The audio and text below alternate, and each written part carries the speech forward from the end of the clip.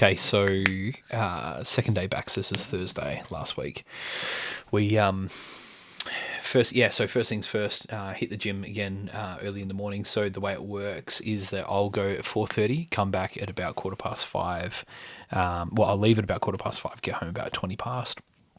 Gives Beck enough time to, get dressed and get ready and everything else, and then shoots to her class, and then that'll finish at about 5:30. Sorry, 6:15. Sorry.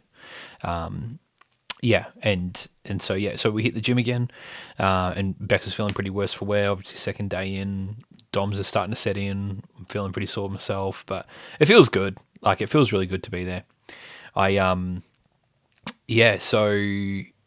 While the kids are still kind of getting up, I thought I'd jump in, and I did a few recordings from our time in Perth and the workshop and everything else, trying to get on top of the podcast. So that was before Beck got back. That was good, good use of time.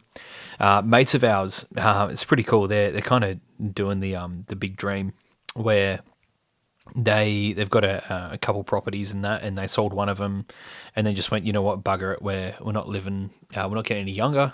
They're gonna do the big lap, which is pretty cool. So we said goodbye to them.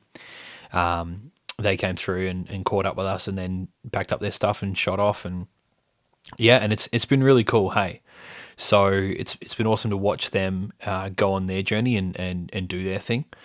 And it's always like, we've kept in touch with them for a fair while. They lived in Cal for a bit, and they're off doing their thing now, and they've moved since.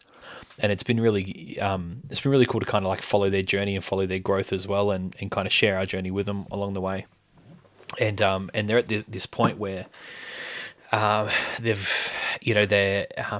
really diving into mindset and growth and money and all these sorts of things that kind of synonymous with that, and so it was really cool, like having this conversation with them, but specifically with her around the how I perceive money. Like, to me, money is energy, and you store your energy in the bank, and you use that to pay for the things you need. Like, you want to, you need to eat food and put a roof over your head and all that sort of stuff. Well, guess what? Like, you store your money in your bank, and that is energy that you use to be able to pay for those services, utilities, whatever. So it was really cool to kind of talk around that, and kind of gave her a few books that I really, really, really like, and I think are great. So gave that to her, and then jumped into foodie coaches, these guys that we've been using since the start of the year. And, and this, again, like I said in the last episode, this is the first week where I've really been able to sink my teeth back into the work. And there's a whole heap of things to implement in the business. But the first thing before we did anything else was we wanted to get the team fully aligned and aware of what we're doing and where we're going and all this. So what we did was the next day, we've got an all hands meeting, like a big team meeting, where we're going over everything in the business, all the finances, and my intention with that, because obviously it's a little bit controversial. The way it actually started was I had a meeting with Belinda Clark, who's the GM for Foodie Coaches. And it was a bit of a meet and greet. Like, obviously, as a new member, they want to meet your members and all that sort of stuff. So had a bit of a chat, and there are a few comments that I'd made on the group that was somewhat controversial. So we had a bit of a discussion around that, and it was really good, So then after that, then she said to us toward the end, she goes, is there anything I can do to help you, or anything or how can I serve you, or something? It was really well phrased, and I said to her, I was like, well, I understand, at least at a very elementary level, I understand the concept of leadership. But whenever I ask anyone, well, how do you lead a group of people? Like, what is organizational leadership? What are the principles that govern effective organizational leadership? And everyone often says culture. And I'm like, okay, that's so fucking broad. What do you mean by culture? Like, tell me what does that look like? Oh, leading from the front, alignment to your values and clarity on vision and, and keeping people accountable. I'm like, yeah, like, I get that. If I've got 12 locations, if I've got 12 stores, how do you do that? Like, what does that look like? And and I don't understand it. This is why I'm asking these questions. And she was like, yeah, like, listen, if you want alignment, open your books to your team. And I was like, what? So when we started propaganda, I was really transparent with our team, and it was really, really good, right? And then as things started to get a bit bigger, as the income was growing and all these sorts of things, I was like, ooh, and I started to kind of take a bit of the visibility away from the team. And I look back to like how we first started, and it was kind of like the golden eras. Not to say that now it's not; it's just totally different. But it's very well romanticized back then. It's like, oh, like look at it, we had a cute little team, and so and we had like we knew our guys really, really well. Like I don't know because we had such a small team. I don't know our entire team to the same depth as we knew our first like really close team. So it was, so it was a bit interesting. Hey, this whole realizing that actually, I need to become really transparent with our team again. And so she challenged me. She was like, well, open your books. And I was like, okay. And then she kind of told the story how when she took over the CEO position or GM position or whatever it is, as I'm pretty sure GM, as foodie coaches, that she said, you know what, we need to open the books to everyone. And they did so, and in doing so, everybody has clarity. Everybody understands, how the business makes money then, and what, the things that impact the business, the decisions that get made by the team at the grassroots level, not the people at the top. And so we've kind of been diving right into this, and there's this whole methodology around it called the Great Game of Business. May very well have the book in here with me. No, it must be next to my bed.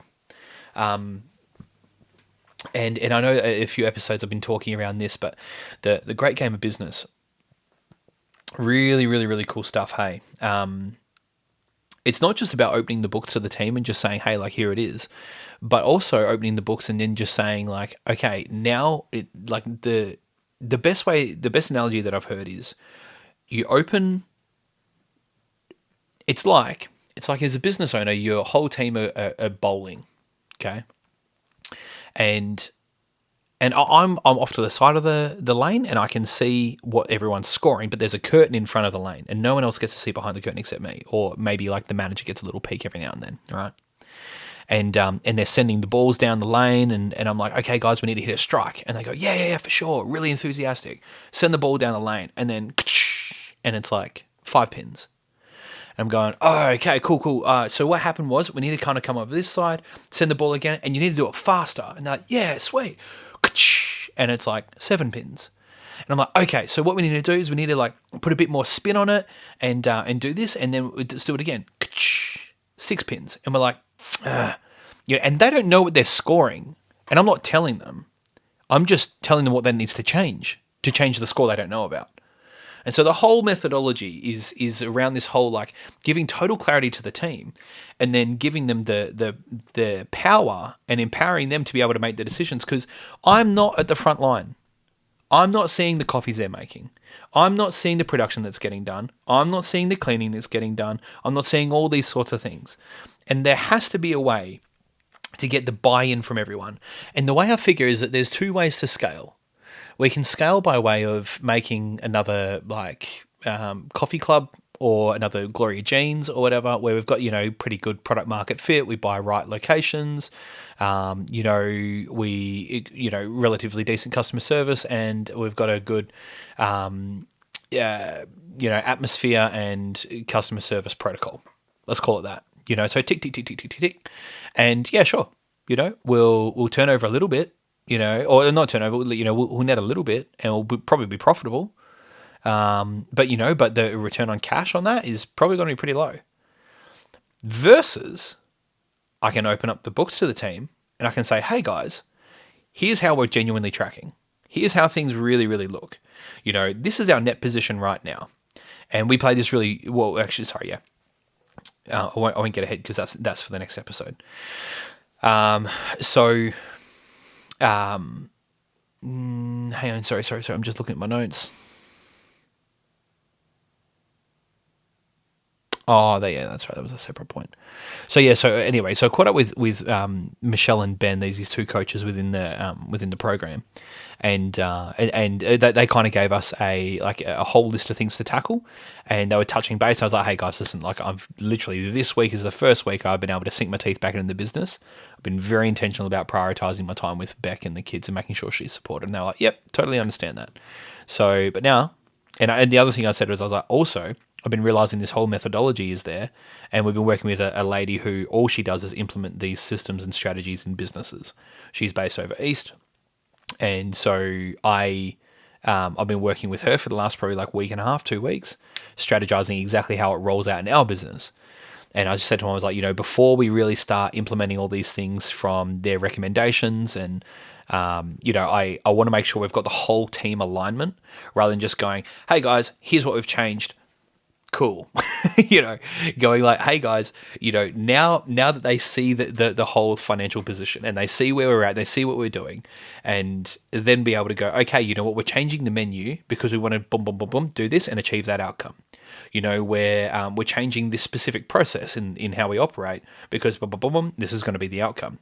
And working with them, not just for me to say from the top, okay, here's what's going to happen. Like, that's some real like corporate shit, rather than coming at it with them and go, hey guys, like, you're the ones on the ground, you're the ones doing the things. Where are we falling over?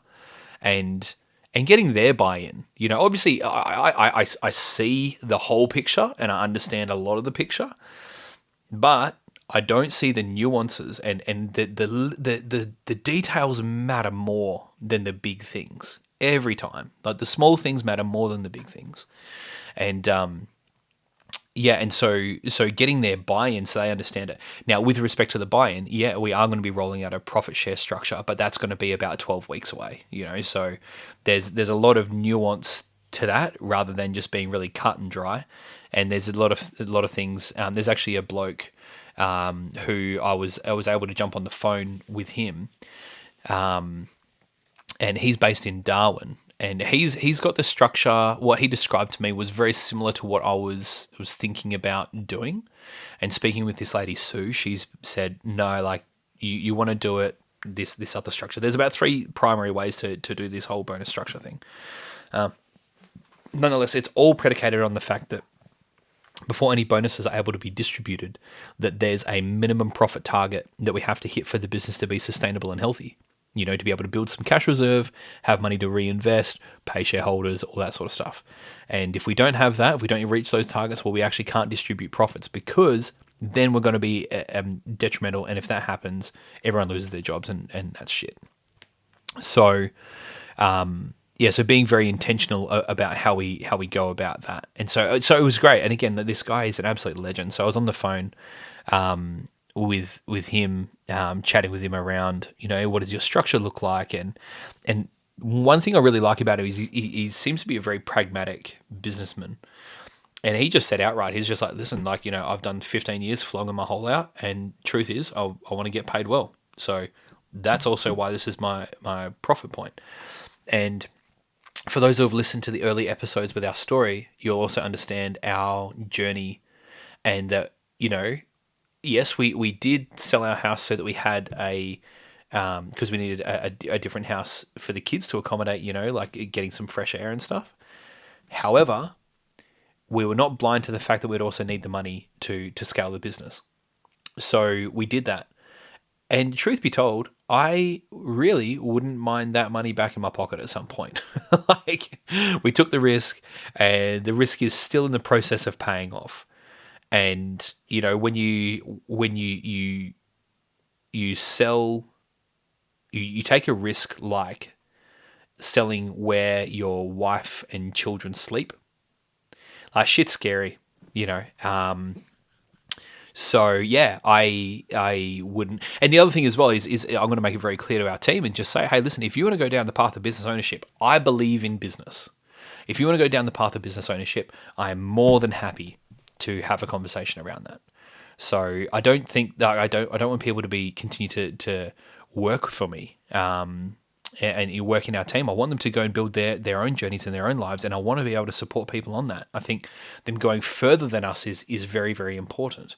And whether that means they go further than us with us, great. If it means that they go, I'm doing my own thing, by all means, go for it, So, and I don't believe any one man's an island. Like, people who say, like, I'm self-made, and it's so bullshit. Like, no one's self-made.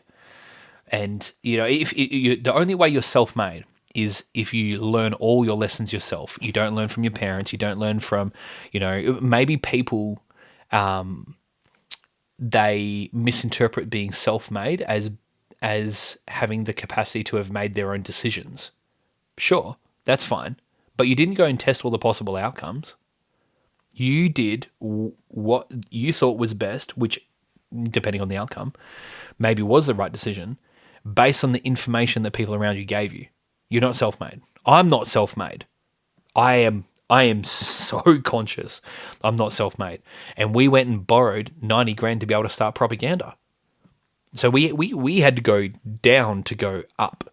And I'm conscious that even in that, I'm not self-made. I had to go and, go through everybody in our network and say, hey, like, would you lend us 10 grand and here's the payback schedule? And you also get an equity share in our company. Is this something you'd be interested in? And overwhelmingly, everyone was like, well, not overwhelmingly, sorry, that's bullshit. So many people said no. But nonetheless, we wouldn't be here without them. And I'm conscious I'm not self-made. So, people can be very disciplined and they still have to make their own choices, yes. But I think that there's an overinflated sense of ego that often plays. But nonetheless, whatever. It's not my position to be critical of other people's perception of themselves. Might sound a bit hypocritical, being everything I've just said. So next thing, I caught up with Sue. So we strategized that, and one thing, like I love just getting shit done, And one thing that she said to me, she was like, Billy, I can see that you're really keen to actually implement this. And obviously being that the next day was when we're going to be doing the whole team meeting and rolling out this and flipping the lid on the books. And she was like, what does that look like? And I've said to her, I was like, well, here's the profit share structure I was considering. She's like, you need to pause that. We need about, 8 to 12 weeks to really model things and work out what the right approach is for your business. And I was like, okay, sure. So that was good. So there, obviously, she's worked with a whole breadth of businesses doing this, and she knows what works and what's not. So I kind of took her lead on that one. Then I, goodness, sorry, I just lost my train of thought. That's frustrating. So that's right. So she helped us tune up our presentation to the team, which if I had my time again, I would have tuned it up even more. And I think the whole thing is understanding, okay, like the business, right? Let's strip business right back to its like business is meant to make money. Oh, business is meant to have social impact. Business is meant to... No. Business is meant to make money. That's what a business does, right? You don't get me wrong. You should have a great atmosphere, great team environment, really collaborative, good onboarding processes, great quality product, correct? So that the business makes money. So that it's just about accumulating money. It's so that then that money is then a vehicle to... is the means to the other end, whatever that end is. So for some people in our team, that end might be saving money. It might be having skills to be able to go get a job while they're at uni. It might be to learn about business. It might be whatever it is, right? And to be conscious of that. And one thing that this guy in Darwin, when I was chatting with him, he said, he's like, as business owners, the most of us, not everyone, but for the most part, we're very conscious of what we want out of the business. Also, we shouldn't neglect the fact that there are plenty of other people who work with us, and everybody wants something out of your business too. So don't be naive. I was like, that is a really good point. And so that was one of the things we asked our team was, okay, like, that's what we wanted to find out was, what do you actually want? You're working with us. Yeah, great. You want an income and all that sort of stuff. Why? Like, why do you want this? And I don't care what your answer is. I'm not going to judge you based on your answer, but I also want to know, how can I make sure that you get what you want out of propaganda? Right. And it doesn't mean that, okay, like I'm a self-entitled little, like running around, demanding all this shit. No. Yeah, you might want to, buy a plane. Probably not going to happen here. Whatever it is, there's going to be some things that are not compatible with propaganda. But then going, okay, well, hey, if we really understand how propaganda works, really dial in its financials, and then now that we understand how the financials work, then we understand what are the drivers that make propaganda really profitable, and then we go, okay, cool, we hit this target. Guess what? We're sharing this profit above that target. So this is what makes propaganda safe and stable. So we have all got good jobs and we can bank on that in the future. This bit above here, that goes into everyone's pockets as well. So not all of it, but there's a portion where everybody gets bonuses. I'm looking forward to distributing some fat bonuses. That feels fun. So what that structure is, I don't know. But being able to tie all this in, and the way I look at it is I go, you know what, our minimum profitability next year is going to be really good. We're putting some things in place now that I'm like, we're gonna have a big year next year. And the way I figure, like if we changed nothing, if I took my hands off and just said, hey guys, have fun, I'll check in with you once a week and everything else, things would tick along. Definitely there'll be a loss of morale, but we would be doing no worse than Zarafas. Admittedly, Zarafas did close, so maybe it's not the best comparison, but we would still be profitable. To me, I'm like, well, if we're going to have that outcome anyway, why don't we make it wildly profitable? Why don't we have the team that are totally on board, massive buy-in, heaps of engagement, and then they get a fat kickback as well? Fuck yeah. And I think about, like, if I was working for someone, or I think about the people that I've worked for before, if they said to me, like, once a week we got together, hey, Billy, just a heads up, here's how we're tracking. This is how the financials are looking. We're on target or we're not on target. We need to do this, rah, rah, rah. Also, if we do this and, hey, Billy, is there anything that you've noticed at the front line that you think that needs improvement so that we can hit those targets? You don't fucking reckon I would be so switched on? Oath. Every minute would be accounted for. And if there's one thing that I've learned in our time in business, it's that people want to rise to the occasion. People don't just want to be a cog in a wheel. People want to genuinely be. People want challenge. And I think that when you say to them, hey, when I look at you, I can see that this is possible. And you treat them like it, then they have the opportunity to rise to the occasion or not, right? And I think that that comes down to culture, what happens at that point. Yeah, but anyway, I'm really excited for it. So the next day was when we actually had the big team meeting. So I'll get back to that in the next episode. So I finished tuning up the workshop, and I worked on that a little bit more, and started working on like an actual workbook to do with the team for the workshop the next day. And and in between that, like I had a couple minutes on Facebook, and I saw this chick, and I had this really interesting realization. Chick was having a whinge about something, and I'm looking at it, I'm like, man, that's just some victim mentality bullshit. And I was just gonna not like have a stab or anything, but I was just have like a little remark. Hey, like here's my two bob. And I'm thinking, the fact that she's taken her time, like she called the ED like 106 times or some shit, and then jumped on Facebook and had a fat whinge about it. And I'm like, actually, before I started typing the message, I took a step back and I'm like, she called ED 106 times,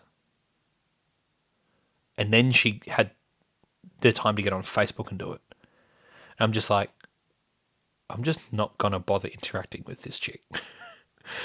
and it kind of like having that, and not to say that my mentality is better than hers. By my standards, it is. By hers, whatever, that's fine. But by my standards, I wouldn't stoop so low as to spend 106 make 106 phone calls to X-ray. Or if I did, I would willingly continue to do that, not expecting them to pick up, and it'd be a bonus if they did. But I can't ever see myself doing that. But anyway, and I realized that there's a whole level of society. Like, it's like there's like, she's in an echo chamber, right? And not to say that my advice is necessarily what she needs, but perspective, perhaps, yes, definitely. And from someone else, probably. And to realize that she's not going to get that perspective and that advice, because anyone who has any sort of respect for their time, I would, maybe that's a bit too harsh, but I'm going to stand by it, would look at that and go, why would I waste my time? I'm not going to bother. And so because of her behavior, she's insulated herself from all the information that she actually needs. And maybe I'm going to be a bit too critical. Maybe, oh, Billy, you don't know like what she actually needs and whatever. But I think she definitely needs perspective. Like, yeah. Anyway, whatever. The inverse of that, the reason I say all that, is that I flipped it to myself and I'm like, right, what behaviors am I exhibiting now that are insulating me from the advice from people that are further ahead than me? And now that I think about it, that's a very good question. I've got a meeting with someone later today that I'm going to ask them. Insulating myself from advice from those above me. Okay, great. I'll let you know how that goes. Because, yeah. So this guy that I'm on the phone to later today, he was formerly the CEO for Zambreros. Obviously, Zambreros has been quite successful. And he's been kind enough to be able to carve out some time for the second time to talk around, I guess, growing pains. So I'll probably have maybe half hour with him. It was half hour last time anyway, so half hour with him. And I think that's probably one of the questions that I'm going to ask him. Yeah, so anyway, I thought that was interesting, because I was like, oh, like, what am I doing that other people might see and go, ugh, why bother? And there's missed opportunity there. So, yeah, anyway, so the other thing that I've noticed, which is quite cool, is my watch is starting to roll around my wrist now, which is really cool. So with respect to weight loss and fitness and everything. So I noticed that, and that feels really good. So I've gone from, at the time of taking these notes, I went from 109 down to 102. So I've lost 6 kilos in the last 3 weeks, and that feels really cool. So just being really conscious about the food that I'm eating, and making sure that I'm moving more, sleeping better, drinking more water, stuff like that. So funny. We all know how to do it. Move more, eat less. So the new time strategies is proving to be pretty good. So we've got so I've been time blocking, and then having to do this at the end of my day. So I don't, unless it is super urgent, or unless there's something that somebody else is working on that requires my input for them to continue, I don't stop what I'm doing. If I've allocated time to do a certain thing, well, I do that thing. And then anything that pops up, unless it requires immediate intervention, then goes to the end of my day. And then I allocate that to the next day. And that's been working really good. So certainly been able to get a lot more focus around that. So anyway, toward the end of the day, the kids were out the back. We got them these like plastic screws, because they love playing with cardboard. I think I might have mentioned in one of the episodes earlier, don't bother with kids' toys. Get them cardboard, man. Cardboard and mud. Kids are wild.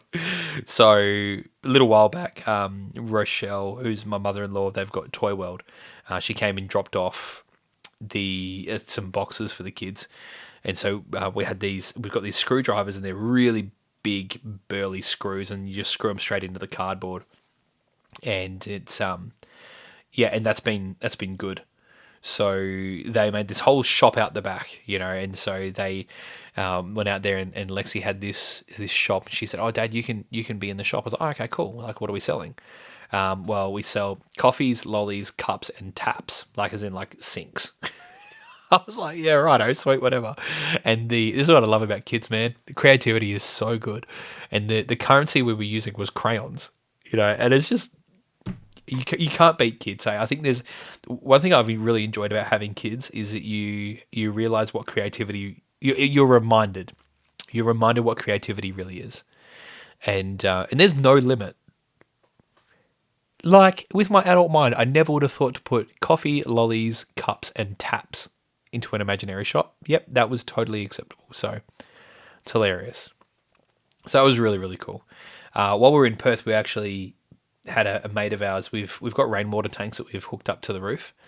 So we've got two 5,000 litre tanks, and we had a mate of ours, BMC, Brad and Mel, so good. They, I asked him, I was like, listen, can we rig up? We got a water cooler for $200, and you can plug it into your mains, right? And it's got a filter on it and everything else. Well, they've got this. I said to him, I was like, how can we hook up from the rainwater tank and get it pumped inside into the cooler? And they said, leave it with us, go to Perth, come back, we'll have it done. I was like, great. I came back, and man, this job is so good. Like they are so good. Yeah. I am yet to have them do a job where I'm disappointed, firstly. Secondly, I'm not like, that was brilliant and better than I thought. Every time. So it's been really cool having fresh rainwater inside our house, chilled. It's ridiculous, right? So that was really cool. And that's been something that the kids we've been calling the yummy water. So like I'll fill the kids' water bottles up at night so they go to bed and the kids will be like, oh, can I have the yummy water? I was like, yeah, absolutely. It's so sick. And since drinking the rainwater, I'm like, the tap water is just yuck. It's and I didn't even realize how bad it was. But anyway.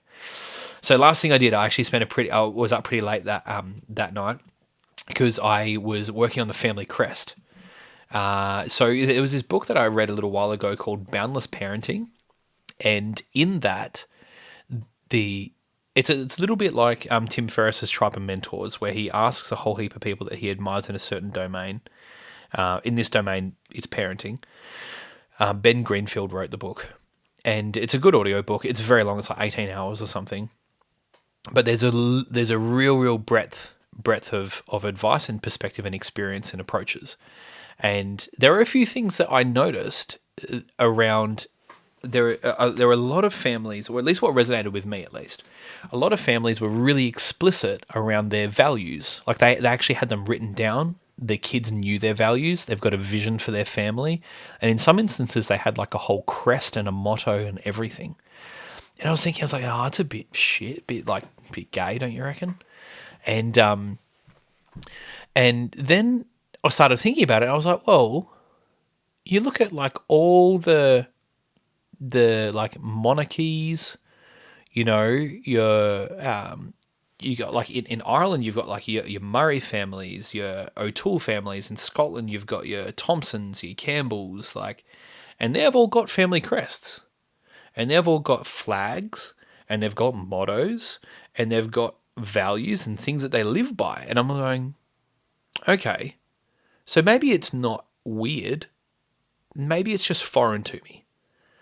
And that if I really wanted to have something, well, actually, so one of the things they talk about in this book was one of the things that stuck out with me the most. He was talking about how, or this particular father was talking about how the traditions that you have make your family the most exclusive club in the whole world. Like we have, this club has 6 members. That's it. Other people can observe, but they don't get to experience the traditions we have. They don't get to experience the values that we implicitly live by. They don't get to be part of the vision for us. A handful of people might marry into that, but then they will go do their own thing implicitly or explicitly. So that's where, Beck and I, probably about 4 or 5 months ago, we sat down one evening, we spent a fair few hours just going through being like, what do we actually want our family to be about? What do we want us to stand for? And what vision do we want to have as a family? And we kind of started shaping that out. So what I did was I jumped on Fiverr, and I found a guy. There's actually a few people that just specialize in designing family crests. And I was like, great. So contracted this guy, and we're working through the process of doing that with him now. And the Murray family had a look, because I was looking at different crests, and and what crest is not the right word actually. It escapes me, but with like the coat of arms, our family coat of arms, and the motto they had was Firth, Fortune, and Fill the Fetters. And I was like, oh, interesting. What's that? And I looked it up. And Firth means to go forward boldly. Fortune means to have favourable outcome, and Fill the Fetters means to bring back prisoners and be victorious. And I was like, oh, that's fucking awesome, dude. Like, so then I was like, okay, like what are our values? And we already kind of documented our values out a little bit, and so I took our values and I was like, where do I even start with this? So I just punched it in Chat GPT. I was like, how would you, and I had to go through it heaps and heaps and heaps and heaps and heaps of times until I found something that really like resonated with us. And so what we settled with is vision, valor, and vitality. And I know I've always been someone who's wanted clarity on what's going on and where we're headed. Courage and taking action, and then vitality is having the energy and the focus to do so. So those three are I guess, like if we're going to have like a motto or a slogan for our family, that's kind of what seems to have landed. And over the years, this may evolve and adapt, but yeah, so that was really cool. So that was fun working on that, and we're excited to kind of have something that we as a collective anchor our, I guess, collective identities in.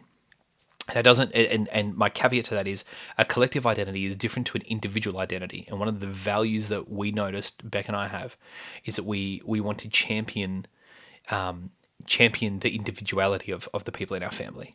So yeah, but also having something as a bit of a guiding light and going, no, these are the values that we live by, And I think that having something from a young age is really valuable. So yeah, that was that.